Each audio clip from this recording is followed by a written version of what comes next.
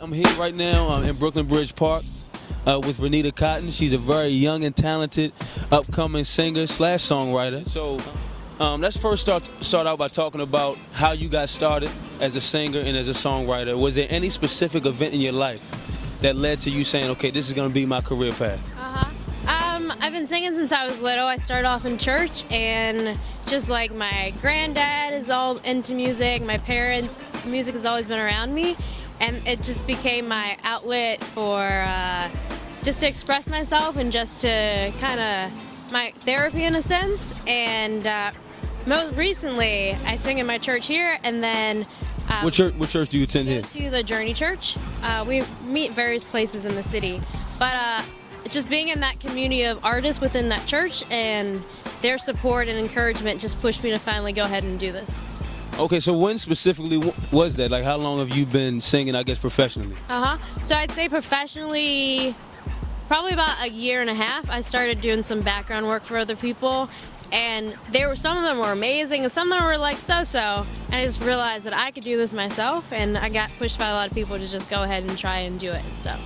Okay, now Renita, I'm no singer, but I do know sometimes I sing in the bathroom or something.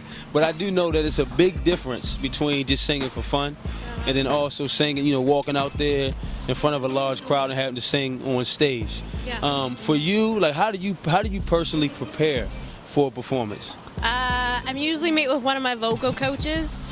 We go over just vocally what we're gonna do, figure out a set list, and those type of things.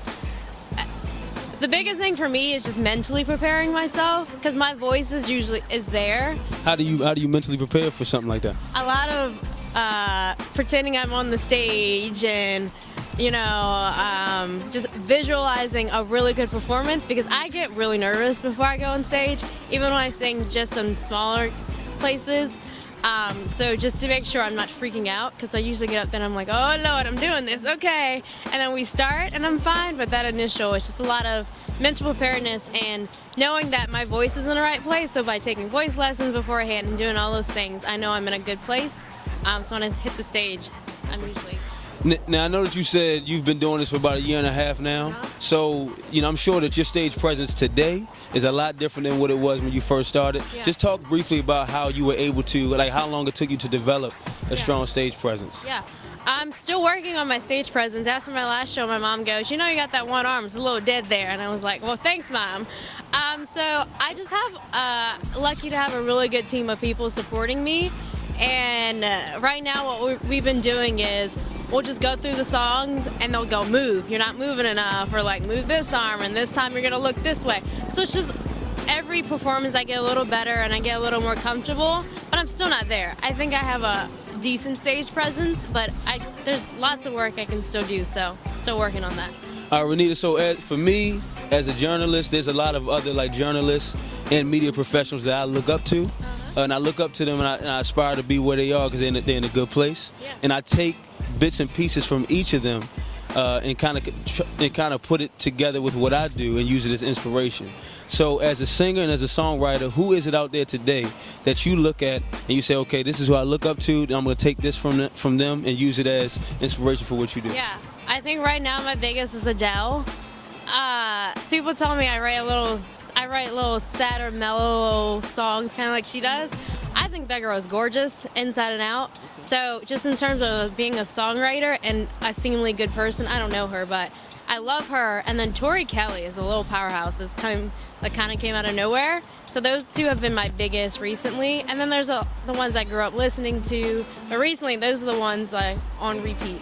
I just kicked off this solo career last September. I released some music, I played a really big show, and then I kicked off the year at Irving Plaza with bands and singers who are amazing and have been doing this forever, and I got to open for them. The VVs were there, the Skins, Push Phonics is one of my friends' band is in, and Eagle Eye.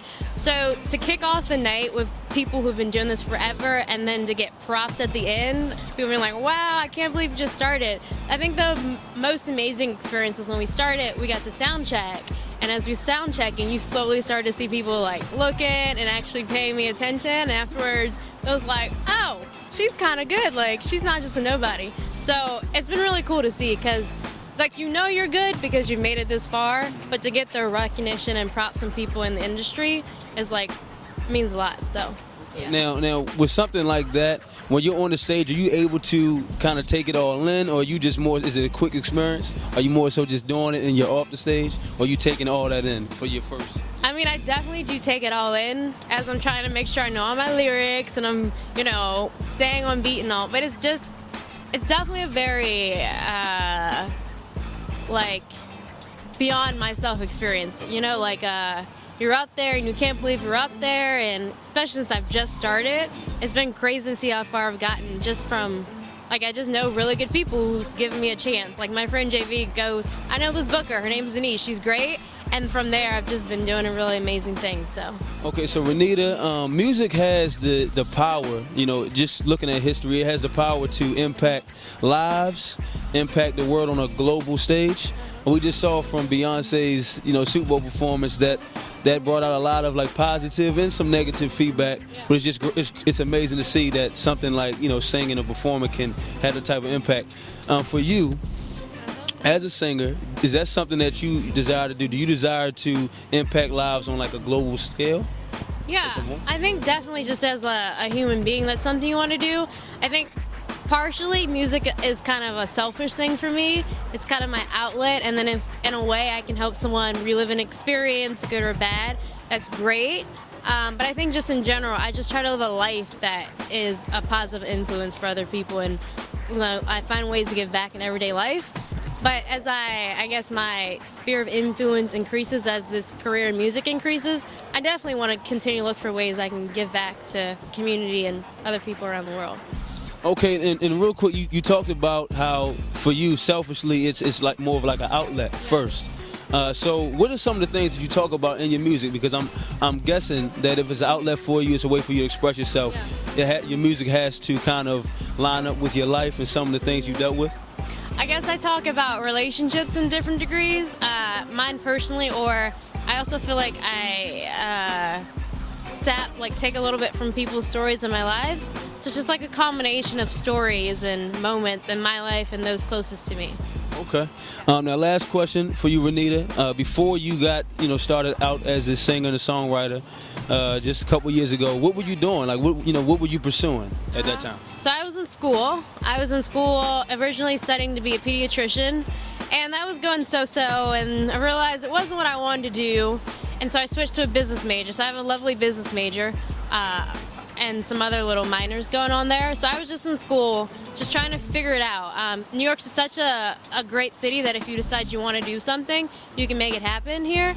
So once I decided this is what I was doing, I kind of shifted gears and got into voice lessons and, you know, writing classes just to figure this out. But nothing special. I was in school getting my degree because that's important. So. And what are you doing today? Like outside of singing, what are you doing now? I do singing, I do a little modeling from time to time, and then I have a couple like my hustle jobs, lots of babysitting and dog sitting and things that actually pay the bills right now, so yeah. Okay. Well, Renita, I appreciate you taking the time, you know, to take this interview. At some point, you're gonna be so big, I'm gonna have to be, you know, knocking on that door trying to get the interview, but you know, you're a lovely person, you know, very talented. I look forward to hopefully seeing you perform.